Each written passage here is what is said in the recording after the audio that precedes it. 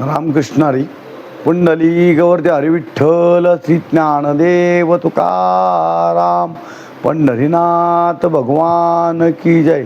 माऊली ज्ञानेश्वर महाराज की जय।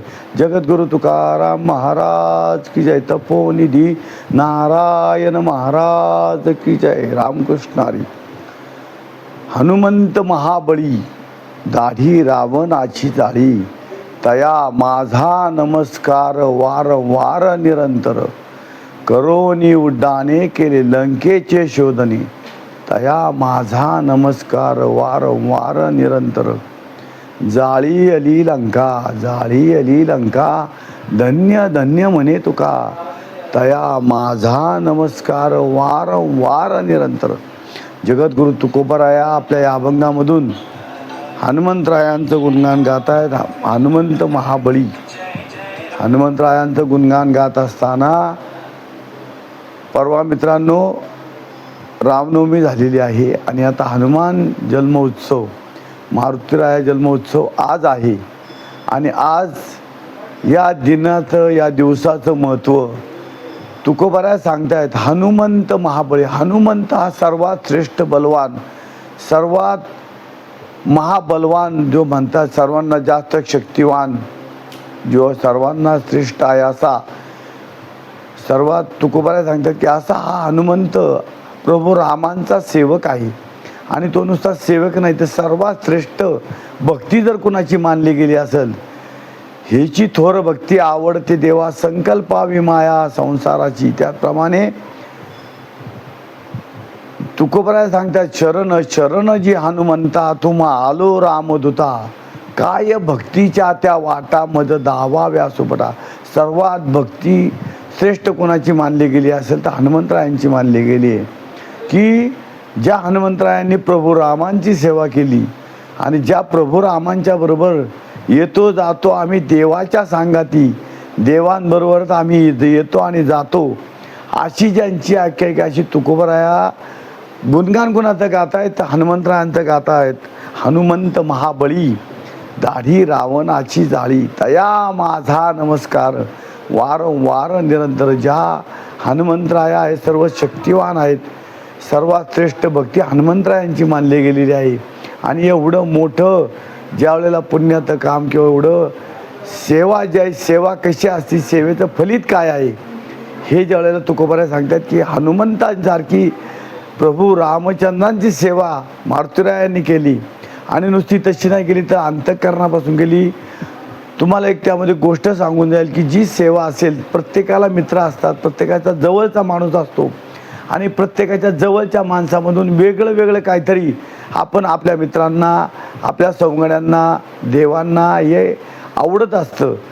हेच देवांचं कारण जवळ येणं तर त्यासाठी आपण काय केलं पाहिजे की देवांच्या जवळ जायचं आहे देवांचं गुणगान गायला पाहिजे देवांचं भजन केलं पाहिजे देवांचं नामचिंतन केलं पाहिजे देवांचं भजन केलं पाहिजे। हे करत असतानाही ज्या वेळेला प्रभू रामचंद्रांची सेवा हनुमंतराया करतो त्यावेळेला हनुमंतराया ज्या वेळेला प्रभू रामचंद्रांनी सर्व शिक्षा ज्या वेळेला सीतामाई असेल लक्ष्मणराय असेल हनुमंतराया थांबलेले होते एका ठिकाणी विसाव्याला विश्रांती चालली होती त्यावेळेला त्यांना विचारलं गेलं की प्रभू तुमच्या सर्वात जवळचा मित्र जवळचा तुमचा हृदयात असणारा मित्र तुमचा कोण तर त्यावेळेला देवांनी एक फार मोठी यादी काढली आणि सर्वांची यादीमध्ये नावं होती परंतु हनुमंतरायांचं नाव कुठंच नव्हतं। हनुमंतरायांना वाटलं निदान आपलं नाव सुरुवातीला नसेल निदान यादीमध्ये 1000 लोकांमध्ये शेवटच्या ह्याच्यात तरी आपलं नाव असेल पण तिथंही ते नव्हतं। हनुमंतरायांना थोडा वेगळं वाटलं रे माझा सर्वश्रेष्ठ देव श्रीराम राघव आणि यांच्या यादीमध्ये मी नाही आहे। दुसरी एक यादी घेतात ती चेक करतात त्यामध्ये ठराविकच नाव होती ठराविक 50 जी एकदम निकटवर्ती आहे त्यामध्ये पण हनुमंतरायांचं नाव नाही। हनुमंतराय अजून थोडेसे चिंतित मी 1000 मध्ये नाही कोटी जनसंख्या आहे या कोटीमध्ये तर मी नाही परंतु 1000 मध्ये पण नाही पहिल्या 50 मध्ये पण नाही। तर काही भक्त अशा असतात की त्यांना कुठेही ठेवायचं नसतं त्यांना लांब ठेवायचं ते अंतःकरणात असतात तर मग देव सांगतात की जे माझ्या अंतःकरणामध्ये त्यांना मी यादीमध्ये घेत नाही, ते माझ्या कंठामध्येच आहेत, ते माझ्या हृदयामध्ये आहेत. ते अशी जी भक्ती आहे, अशा जे माझा श्रेष्ठ भक्त आहे तो म्हणजे हनुमंतराया आहे.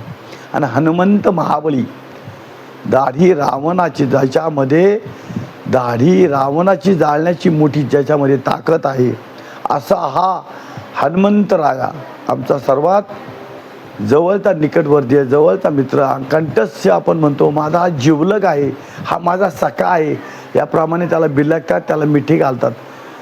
ही जी भक्ती आहे, ही जी परंपरा आहे, ही जी भावनिकता आहे, आपल्या हृदयाला लावण्याची जी मिठी मारण्याची पद्धती ही त्यावेळेपासूनची मित्रांनो. तुम्हाला सर्वांना रामायण कसं घडलं, काय काय घडलं सर्व ज्ञात आहे. नंतर प्रभू रामचंद्रांना हनुमंतरायांची गाठभेट होती, ते मित्र होतात, त्यांच्या सेवेला ते येतात. आणि ज्या वेळेला सीतामाईंचं अपहरण होतं, सीतामाईंना रावण येऊन सीतामाईंना घेऊन जातो, अशोकवनामध्ये ठेवलं जातं. आणि हा शोध कसा लावायचा, तर हनुमंतरायांनी करोनी उड्डाणे केले लंकेचे शोधणे तया माझान. ज्या हनुमंतरायाने उड्डाण केलं, 7 समुद्रापार पलीकडे गेला, ज्या ठिकाणी अशोक वाटिका आहे, ज्या वनामध्ये सीतामाईंना ठेवलं, त्या शोध लावला. आणि त्या ठिकाणी गेल्यानंतर शोधलं की आता हे कोण आहेत, पण त्यांना कळलं हा वानर कोण आलाय. आणि हा वानर ज्या वेळेला आपल्या हातातली श्रीराम लिहिलेली अंगठी त्यांना दाखवली, त्यावेळेला कळालं की अरे हा आपलाच भक्त आहे, हा आपलाच सेवेकरी आहे. आणि मग ज्यावेळेस शोध लावला, त्यानंतर सर्वांना ज्ञात आहे की समुद्रावरती सेतू बांधला गेला. वानर सेनेने प्रत्येक दगडावरती श्रीराम नाव लिहिलं, तो दगड पाण्यावरती तरंगला, त्याचा सेतू तयार झाला. सेतू करून ज्या पलीकडे गेल्या त्या लंकेवरती हल्ला करायचा आहे, त्या अगोदर हनुमंतराया त्या ठिकाणी गेले. हनुमंतरायांना सर्व तिथं जे ज्यांचे राक्षस घेऊन होते, रावणाचे जे सेवेकरी होते, त्यांनी सर्वांनी हनुमंतरायांना पकडल्यानंतर काय झालं की त्यांनी आदेश काढला की हनुमंतरायाचं काय करा, ह्याची शेपूट पेटून द्या. ह्याची शेपूट पेटून दिल्यानंतर ह्याला सर्व धोत्र असतील, त्यावेळेच्या साड्या असतील, बांधा आणि पेटून द्या. हा आदेश ज्यावेळेला निघाला, त्यावेळेला स्वतः हनुमंतरायांनी ज्या आपली शेपूट पेटून दिल्यानंतर अख्खं जे नगर आहे ते सोन्याचं होतं. तुकोबरायांनी तर अभंगामध्ये विश्लेषण केलं, आपल्याला तिकडं जायचं नाही, तेवढा वेळ नाही आपल्याकडं. ज्या घराहून त्या घरावर, त्या घराहून त्या घरा, हजारो घरं होती रावणाची, सगळी लंका पेटून दिली. मग त्यावेळेला तुकोबराय सांगतात, जाळी आली लंका, जाळी आली लंका, धन्य धन्य म्हणे तुका, तया माझा नमस्कार वारंवार निरंतर. असे हे महाबली हनुमंतराया. आणि आज त्यांचा जन्म दिवस आहे. ज्या वेळेला त्यांचा जन्म झाला त्यावेळेला अंजनीच्या पोटी त्यांनी आपला जन्म घेतला. तुका म्हणे रुद्रा अंजनीची या कुमारा. ज्या हनुमंतरायाने शरण, तुकोबराय सांगतात, शरण शरण या हनुमंता तुम्हा आलो रामदूता, काय भक्तीच्या त्या वाटा मज दावा व्यासोबटा, शूर आणि धीर स्वामी काची तू सागर, काय भक्तीच्या त्या वाटा मज दावा व्यासोबटा, तुका म्हणे रुद्रा अंजनीची या कुमारा. अशा या थोर महाबलीला आमचा नमस्कार आहे, असे तुकोबराय सांगतात. आणि एवढी मोठी भक्ती, एवढी मोठी श्रद्धा, एवढी मोठी असणारी ताकद आपण कुठं योग्य ठिकाणी कशी वापरायची, कुणासाठी खर्च करायची, कुणासाठी त्याचा उपयोग करायचा आहे, हे कळलं तर जीवनाचं सार्थक होईल. हनुमंतराया समजून घ्या, जीवनाचं सोनं होईल. रामकृष्ण हरी.